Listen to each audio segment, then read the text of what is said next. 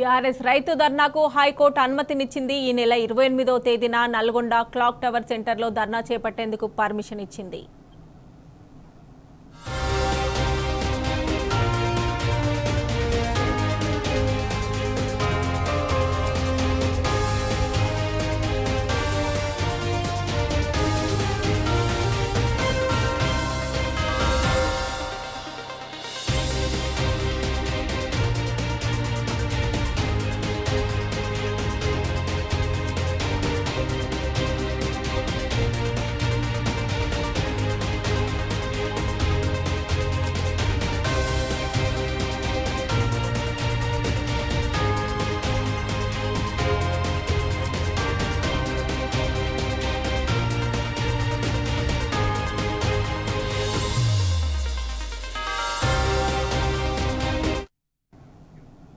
ఇదే అంశానికి సంబంధించి మరిన్ని డీటెయిల్స్ మా ప్రతినిధి రాము అందిస్తారు. రాము, చెప్పండి, బీఆర్ఎస్ రైతు ధర్నాకు హైకోర్టు అనుమతినిచ్చింది కదా, దీనికి సంబంధించిన డీటెయిల్స్ ఏంటి?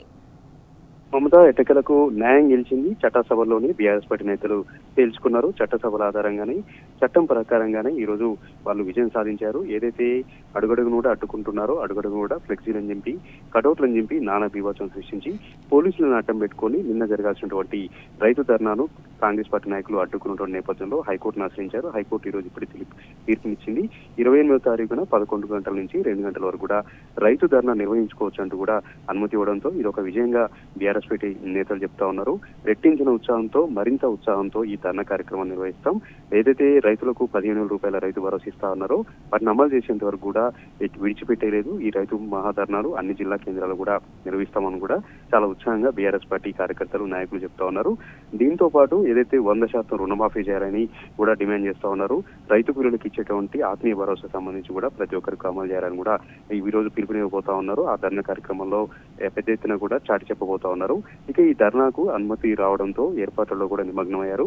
ఇక పెద్ద ఎత్తున అన్ని మండలాల నుంచి, అన్ని గ్రామాల నుంచి కూడా పెద్ద ఎత్తున రైతులు ఈ ధర్నా కార్యక్రమానికి హాజరై కాంగ్రెస్ పార్టీ రైతు వ్యతిరేక విధానాలను ఎండగట్టేలాగా కూడా పెద్ద ఎత్తున కూడా ఉత్సాహం నెలకొంది. ఈ ధర్నాకు బీఆర్ఎస్ వర్కింగ్ ప్రెసిడెంట్ కేటీఆర్ గారు వస్తున్నటువంటి నేపథ్యంలో క్యాడర్ లో ఒక దిశానిర్దేశం చేసేలాగా, రైతు సమస్య పట్ల మరింత లోతుగా కొట్లాడేలాగా, రైతులకు న్యాయం జరిగే వరకు కూడా అలుపెరిగిన పోరాటం చేసేలాగా క్యాడర్ కి దిశానిర్దేశం చేస్తారు. కాబట్టి చాలా ఉత్సాహం నెలకొంది. క్యాడర్ లో ఇది ఒక జోష్ నింపింది, క్యాడర్ లో నూతన ఉత్తేజాన్ని నింపిందని మనం చెప్పాలి. 28వ తారీఖున నల్గొండ తద్దరిలాగా భారీగా ఈ ధర్నా కార్యక్రమాన్ని నిర్వహిస్తాం. ఇప్పటికే హైకోర్టు అనుమతి ఇచ్చింది. ఇక ఎవరు అడ్డుకుంటారో చూస్తామంటూ కూడా బీఆర్ఎస్ పార్టీ నాయకులు చెప్తా ఉన్నారు. చివరిగా న్యాయమే గెలిచింది. చట్ట ప్రకారం మేము అనుమతి తెచ్చుకుంటాం. ఇప్పుడైనా సరే కాంగ్రెస్ పార్టీకి సంబంధించిన నేతలు హుందాగా వ్యవహరించాలి, ప్రతి ఒక్క పార్టీని కూడా గౌరవించాలని కూడా చెప్తా ఉన్నారు. న్యాయస్థానానికి కూడా కృతజ్ఞతలు కూడా తెలుపుతా ఉన్నారు. Mamata. Right Ramu, thanks for updates.